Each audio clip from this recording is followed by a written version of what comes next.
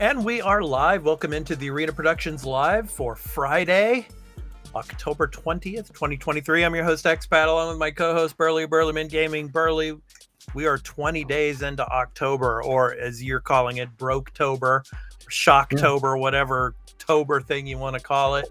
Yeah, how you doing, man? I'm tired. I am tired. How are you doing? I'm tired too, man. Hey, it's been a long week, but yeah, I mean, we're finally here. Spider-Man 2 is now out. Super Mario Brothers Wonder is now out. So yeah, it's been out for like a while here in Japan now, so almost a day. So because of the time difference, but yeah, man. Yeah, excited to play those, and yeah, just glad the week is finally coming to an end. So yeah, but yeah, thinking about the weekend and stuff. So yeah, I'm super excited for that. And yeah, we'll be talking about our podcast episode later on.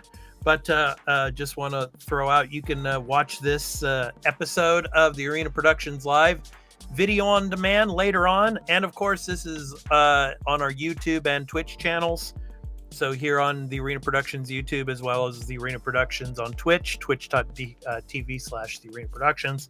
And you can see it Monday through Friday, 4:30 a.m. Pacific Daylight Time, 7:30 a.m. Eastern Daylight Time, 12:30 p.m. British Summertime, or Standard Time, whatever you want to call it. I think it's British Summertime.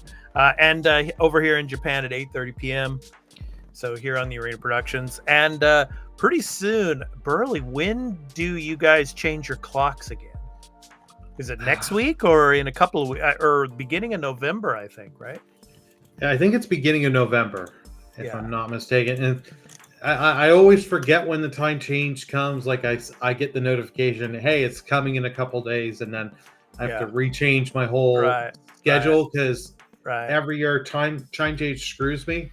So I try and go to sleep earlier for the next couple days prior to get myself in that routine to get my body used to it, so that way it doesn't screw me as badly. Right. Spoiler alert, it does.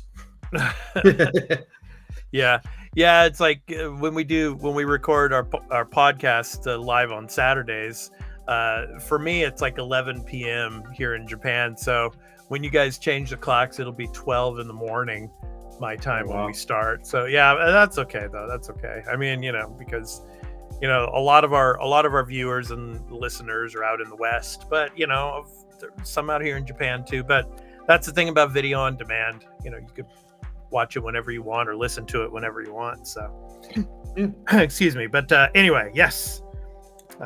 So yes, the Friday edition, we got a cool show for you. Phil Spencer, he wants to revisit older titles from the Activision Blizzard catalog. We're going to talk about that.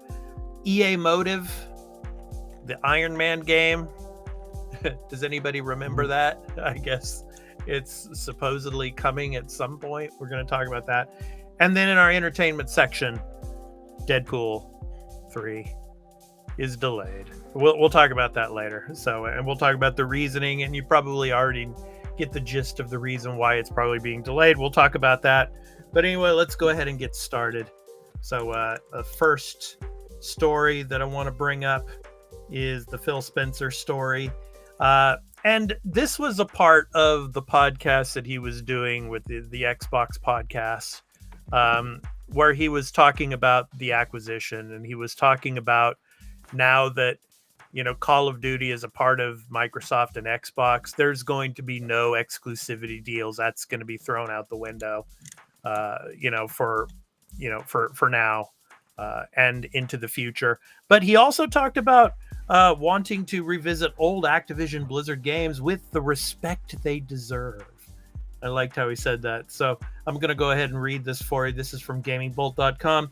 With Activision Blizzard officially part of Xbox, Microsoft Gaming CEO Phil Spencer has discussed some plans for the future in a recent Xbox podcast. He confirmed that no titles for the publisher would come to Game Pass this year through 2024,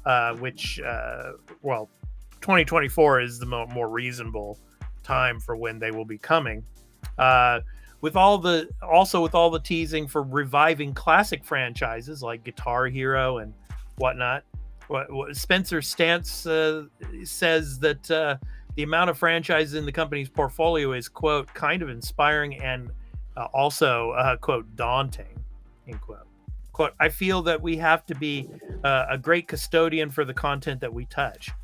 These are memories from people on different platforms, different decades. And I want to make sure that when we're going back and visiting something, that we do it with our complete ability.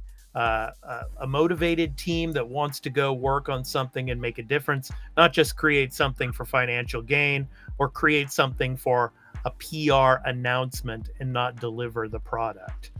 Quote, so I'm going to start with the teams and what are they passionate about? And that's why I'm excited to go on these studio visits. And he was also talking about going to Stockholm after that podcast to visit some studios. Yeah. And then we'll look at it, in quote. So, Burley, my prediction, I think the Guitar Hero is going to be coming. That's probably going to be the first one out the gate that from this classic catalog of theirs that they're going to pay homage to and bring it back. Your thoughts? Yeah, Guitar Hero, since he did drop the hint, seems like the obvious choice. Remember, years and years ago, those things were so popular. Mm-hmm. And like, it was one of the games that really made the the DLC transactions. It really made the money because people wanted to get the songs from that they remembered, new and old. Mm-hmm. So, yeah, wouldn't surprise me if you can come out with Guitar Hero, come out with a good peripheral, come out with a good set list of songs. Mm-hmm. I think you can get people, because what was the Ubisoft game Rocksmith? That's been still doing well. They're still putting out stuff for that, so there is a market for it. Right. Yeah, let us know in the comments what kind of games from the Activision Blizzard Classics catalog would you like to see Microsoft work on and bring back. That was interesting. Probably. I'm thinking we're going to see something sometime in 2024, whether or not it's at E3 or whatnot. But I'm sure we're going to start getting some of these old games to come back again. But I mean, my personal opinion, I'm glad that they're thinking about this and wanting to move forward and bring some of these classic catalog games back. But I think they should focus more on new IP. Instead of just trying to bring back all these games from the past, because, a lot of people have played these games already and they're yearning for, new stories and new characters and new worlds to play in. So I think they should focus more on new IP. But yeah, good on them. You know, there's every gamer has their wants and desires, and I think you know, getting these games back from the classic catalogs that have kind of, some of them in a sense, been forgotten, you know, to bring them back, I think that would be great. Yeah, well, like I get it from wanting to pull from the classic catalog, because there's people that always will want to replay it or retry some of these games, and it is an easy way to, you already know, you have an idea because you have the property already, so you can go from there, just modernize it or just repackage whatever you're going to do, just port it out to modern consoles and PC. You have that, so you have the foundation of what you're going with, and you can easily, that's a way to drum up some revenue, because Microsoft spent a ton of money getting this. They're going to want the revenue to come in to get pay for what they invested into and bought. But I agree. I'd rather see new IPs and new franchise. Let's start stuff new. Well, let's get these development teams working on something they want to work on, but something new, definitely. You know, something new, something that they've wanted to work on for the past few years, but haven't had a chance to do. So yeah, we'll see. Well, speaking of a game in development, and it's pretty much been kind of forgotten in a sense, EA Motive's Iron Man game. So let's go ahead and talk about that, Burley. So Iron Man game is still early in pre-production. So so this is from GamingBolt.com. So Burley, take it away. What does GamingBolt.com say about this? So EA Motive Studio announced in September the developer had started working on the single-player action-adventure Iron Man title. The studio has now provided an update how development on the game is going.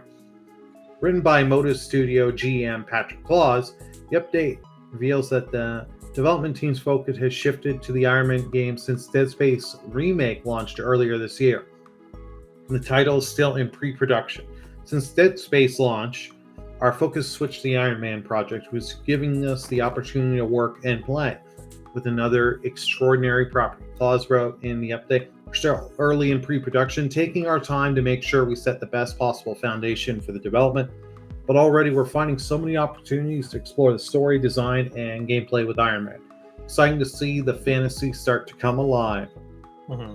Additionally, Motive Studio has set up a community council made up of fans that intends to involve in the Iron Man's title development, even in its early stage, just as with Dead Space. Meanwhile, Claus has confirmed that the game is being built on Unreal Engine 5, something that has been mentioned in previous job ads. This will make Motive Studio's first game to be built on Unreal Engine, with all the studio's previous titles, Dead Space, Star Wars Squadrons, Battlefront 2, have been built on Frostbite. Okay, so that's probably one of the biggest reasons why it's still in early development. No. To move from to a completely different engine, that takes a lot of time. And especially with Unreal 5, because Unreal 5 is new in itself. So Unreal 5 is new in itself, and all the things you can do. So they're just like, ooh, what can we do? And like they said, they did ship out Dead Space Remake in January of this year. So that took time, and they were doing patching and stuff through the year for the game. So it makes sense to me that they're in early pre-production for Iron Man. I don't think Motive is that big, if I'm not mistaken. Like about less than 100 people, the estimates are from like Wikipedia. So that doesn't surprise me. But hey, they're a Canadian studio. They're out here they're out in Montreal. Oh, nice, so, nice, yeah. Good luck with them on the Iron Man game. Can't wait to see. Yeah, I mean, and we don't know very much about it at all. I mean, who the villains are going to be in it? What are there going to be any other Avengers in this game? I mean, it's pretty much a secret right now of what's going to happen, what's going on in this game. Where will the locations be? Will we get Stark Tower in New York City? Yeah, I could just see it now. They use Stark Tower in New York City, and then everybody starts complaining, saying, "Oh, it's a ripoff of Spider-Man 2." They're just ripping off the map of Spider-Man, Yeah, it'll be interesting to see where they set it, and I'm sure they'll make some cameo stuff to allude of other characters. Like I'm sure they'll do a little wink and a nod to Captain America because they've got that Captain America and Black Panther game that's being developed.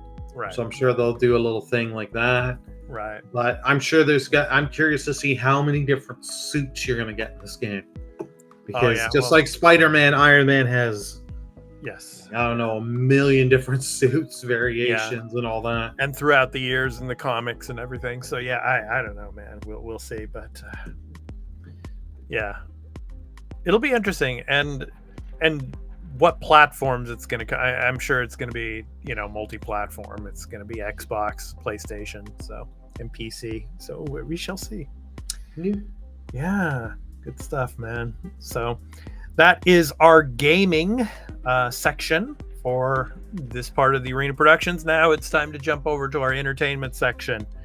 And boy, oh boy, yeah, good old Deadpool. Yeah, I was really looking forward to this movie, man.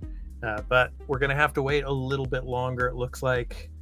So Deadpool 3 has been delayed. So this is from Games Radar. So I'm going to go ahead and read a little bit of it for you. So, yeah, looks like we're going to have to wait, Burley. Deadpool 3 has officially been delayed due to the ongoing SAG-AFTRA strike. Go figure. According to Deadline, it doesn't look like the half-finished movie will be making its May 3rd, 2024 release date.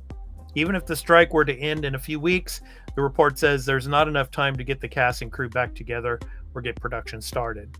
The film is directed by Sean Levy, The Adam Project, Free Guy, from a screenplay by Rhett Reese and Paul Wernick, Deadpool and Deadpool 2, and is set to be the first ever R-rated film in the Marvel Cinematic Universe. Yeah, that's a given. Mm-hmm. Yeah, though the first MCU F-bomb was uttered in Guardians of the Galaxy 3. Oh, but believe me, there will be over 100 F-bombs in the Deadpool film, and more. Yeah. Quote, I wish I knew. I don't even know if we officially have a release date. I know we were going by May 3rd, end quote. Levy recently told The Wrap. Quote, certainly the actors' strike and the long pause in production have put that release date in true risk. We've shot half the movie. I've edited half the movie. We're dying to get back to work and get this movie out next year, end quote. So we still don't have a plot synopsis, but we do know that the movie stars rivals Deadpool, Ryan Reynolds, and Wolverine, Hugh Jackman, who you can see in the images there. And we'll likely see the two heroes punch each other a whole lot. So it was Reynolds who called Jackman up and brought him out of his Wolverine retirement after he swore he was done with the role. Jennifer Garner is also returning as Elektra, a role she hasn't reprised since 2005. I'm surprised at that. I would have rather had the Elektra from the Daredevil Netflix series to be in there. Yes. No offense to Jennifer Garner. She's a great actress, but she was not meant for that role to be fair. And that just seemed like because I remember they said that, and there's a few other people they're trying to grab and re-throw into this movie. And so it's like, this will be interesting. This is going to be delayed for quite a while because the actor strike, we have no idea when it's going to end. Yeah. It could go. It could go all through next year. Who knows? Because the actors aren't budging on the whole AI, and I agree with them. Yeah, I do too.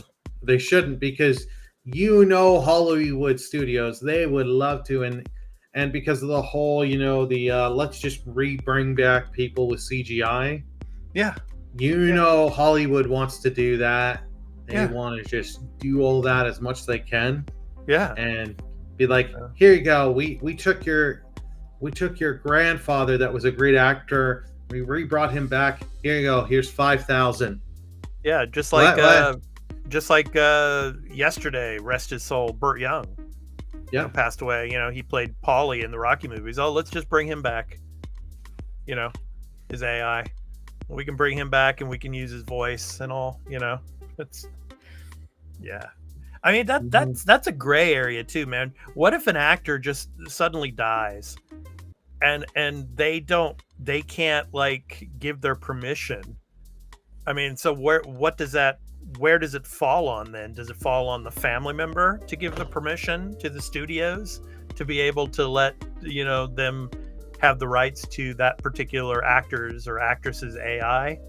I mean, because if the person dies, I mean, they can't give their consent, right? So yeah, they're unless they're gonna have some kind of like how like content creators like ourselves, we have to fill out and sign a non-disclosure agreement or something like that. So it'll be some kind of an agreement, when like a person starts acting for the first time or whatever, they're going to have to come up with some way to make it known whether you give permission or not to let the studios use AI, for your voice or for your image, for your face and all.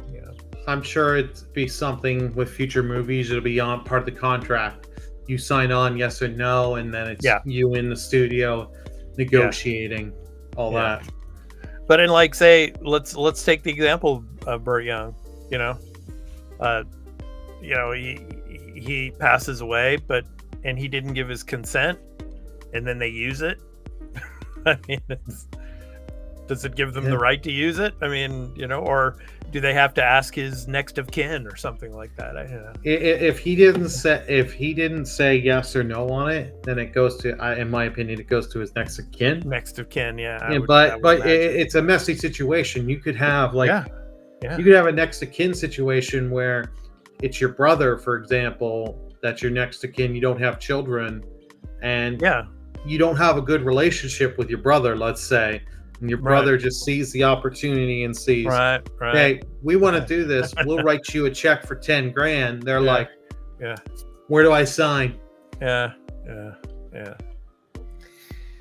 It's a messy situation, man. I don't know how they're going to negotiate that all, but that is the big sticking point. And that is one of the, I mean, obviously the pay is another, but the AI situation, into the future, that is a big sticking point of the strike and of the negotiations and stuff. But these studios and their owners and everything, it's like, billionaires, they don't want to pay them more. It's just a bunch of greedy, greedy corporate execs. There's a ton of them that want to just hold on to. This is such a messy situation, and because AI technology, how it's advanced, technology is advanced, and it hurts everyone. It hurts everyone. I know people want to do shortcuts and stuff. We all do. We all want to take shortcuts and make things easier for us. Let's be honest. But there's some things you need to do, and especially like for a movie and stuff like that. Mm-hmm. If you can have something be practical and be real, it looks better than any CGI. Yeah. So, but anyway, Hugh Jackman, he's been pulled out of Wolverine retirement. It would be interesting. So, like the PlayStation Wolverine game that's being made, that's Insomniac too, right? Burley? Yep, that's Insomniac. Yeah, Insomniac. So maybe Insomniac has a deal with Hugh Jackman to voice Wolverine. If he's coming out of retirement, who knows? We never know. We shall see. But good stuff. All righty. All right. Okay, so some programming notes. Tomorrow is episode 150 of the Arena Multi-Platform Gaming News Podcast. 150, Burley. Episode 150 tomorrow. So our topic of the show is Marvel's Spider-Man 2, the best game ever made for PlayStation. Ooh. We are going to talk about that. We're going to give our opinions on this. What is your opinion? Let us know in the comments, prior, and maybe we'll read some of your comments, for the show as we talk about this. So, yeah, we got a lot to talk about. Of course, all the weekly news beat, from the world of gaming news and game development. But yeah, Spider-Man 2 is going to be our topic of the show. Is it the greatest game that's been made so far for the PlayStation? We shall check that out. So episode 150. Really looking forward to that. Yeah. So good stuff. And it's going to be a lot of fun. Yep. And of course, we have a Patreon, patreon.com/TheArenaProductions. Productions. You can go check it out. And all of our shows are ad-free over there, as well as we have exclusive content, our post shows that we do after our podcast episodes. Those are exclusive for our patrons. And the extra take episodes that we do, where we talk about, of course, the gameplay, and we sometimes do interviews with developers. That goes up in early access to our Patreon. So, and then our Marvel shows, our Star Trek, Star Wars shows, our fantasy shows, our reviews of science fiction films. Those, of course, go up ad-free as well to our Patreon. Patreon.com/TheArenaProductions. Please go and check it out. And we have a 7-day free trial for all of our tiers. No strings attached, so you can go and check out the content there. And if you like what you see, think about supporting our content over there, because all of your support helps us make better content for you. So yeah, it's patreon.com/TheArenaProductions. Please go and check that out. Burley, any last words before we sign off for this episode and for the week? Well, first of all, thank you, everyone, whether you're watching this live or watching this the video on demand here on YouTube. We thank you. Please don't forget to hit that like button. It really does help us. And if you're new here and you do like what you see, you can consider hitting that subscribe button and that notification bell. That way you get notified of when we go live and when new videos get uploaded and posted. As well as if you do want to support the channel here on YouTube, you've got a few different methods. We do have a membership you can join. If you join, you get exclusive emoticons as well as exclusive members only posts and stuff. So extra content for you for supporting. We also do have super chat. So those messages get read, their priority status. So as soon as we see the super chat, we will read your questions and whatever you have to say to us. As well as we also do have super thanks. So if you do want to support that way and leave a super thanks on the video, we really do appreciate it. Yep. Thank you so much for that, Burley. Yes. So another week in the books. So we will be back on Monday for the Arena Productions Live. So I've been your host, Expat, along with my co-host, Burley Brillerman Gaming. And I want to thank all of you for, of course, coming in and watching the episode live as well as in video on demand. Thank you so much for your support. And we look forward to this coming episode tomorrow of the Arena Multi-Platform Gaming News Podcast, episode 150, live. So tomorrow, 7 a.m. Pacific Daylight Time, 10 a.m. Eastern Daylight Time. So yes, if you are awake and available, please come and join us for the discussion. All right. So anyway, thank you so much, and we hope to catch you again for the Arena Productions Live on Monday. So same time and same channel. So take care, everyone, and have a great week of gaming, weekend of gaming, and watching all of your content that you love and enjoy. So take care. Peace out. Bye, everyone.